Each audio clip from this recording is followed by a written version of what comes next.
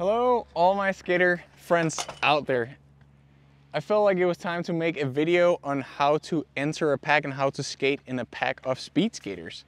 I realized that in almost every race there is, you're not going to be alone, and it is a very difficult thing to a lot of people, myself included, to smoothly enter a pack and to play around with like the whole concept of being in a big group of skaters.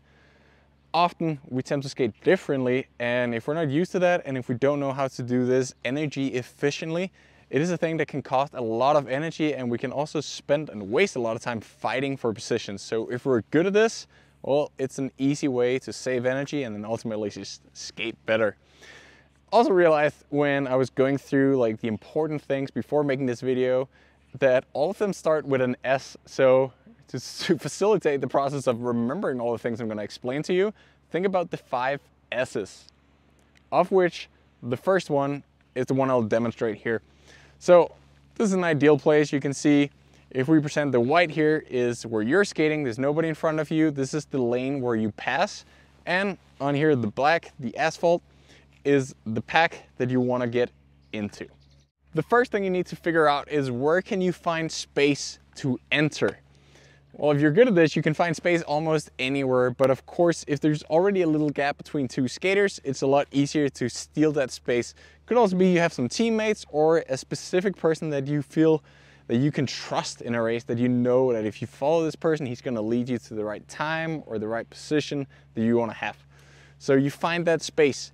And the reason this is the first thing you should want to do is because then you can adapt your speed, the necessary speed to get in there. So you find that space, let's say you want to pass 4 people, and you go out of the pack, you generate the necessary speed, and then as you get up there, it's time to step, which is going to be the third S, step into that pack. So you go out, you find your space, you get to the speed. Don't accelerate too much. That can even be difficult because the more of a speed difference you have, well, the less time you have to actually get in there. Of course, it's way easier the faster you can step in there. You're going to spend less time out here in the wind, and you make sure to not over accelerate because that will also cost you energy. So just enough speed to get up there, and then the step part, which I think is the most important, and it's also the hardest part to figure out because it can be a little challenging. You got to get out of your comfort zone, and it's also tricky because you're going to stand on one leg. So a lot of people make the same mistake of trying to like fumble with their hands here. I'm gonna make a little space. If there is a judge that sees that, well, you're gonna get either a warning or a disqualification because you can't simply just use your arm to separate people. What you wanna do, if you will have a little more speed, is that you try and step into the pack. Make it a smooth thing, but make sure you go with your hips first. And the nice thing about this, when you step in, instead of using your arms standing out here, if you can see my feet here, this is by no means a stable position. If there's a rock, if somebody kicks my skates, well, I'm gonna fall over.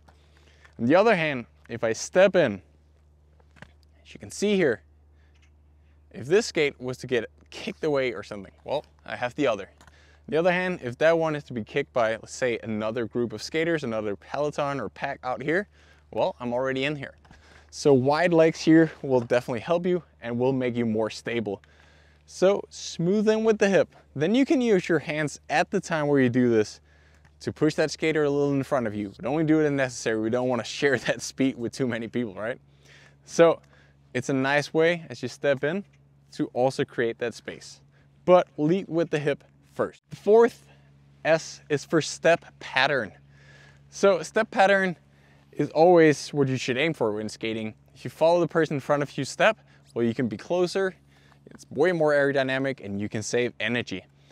But especially when passing, try and always as far as you can, as well as you can, try and follow the step patterns of that skater that you're trying to get in behind. So when you're out here, if you follow that step pattern, you can stay much closer to the pack, so you'll catch less wind and it's gonna be easier getting out, getting in.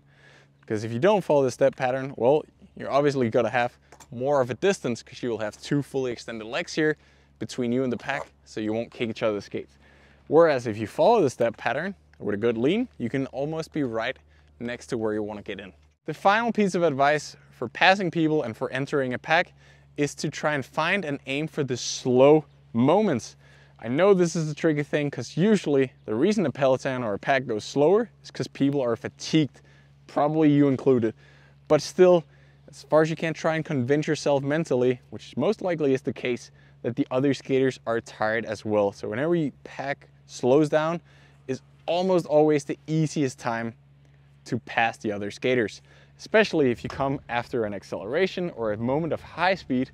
It's usually gonna be a little more dense in the pack, and this is where if you jump out, some of them are almost slowing down and you can simply just roll, do a few easy steps to keep that step pattern, and then hop back in, and you will have used minimum energy and passed a few people, so that whenever the next big acceleration where the skaters are likely to either drop or get a little bit of distance in between each other, you are in the safer end of that pack.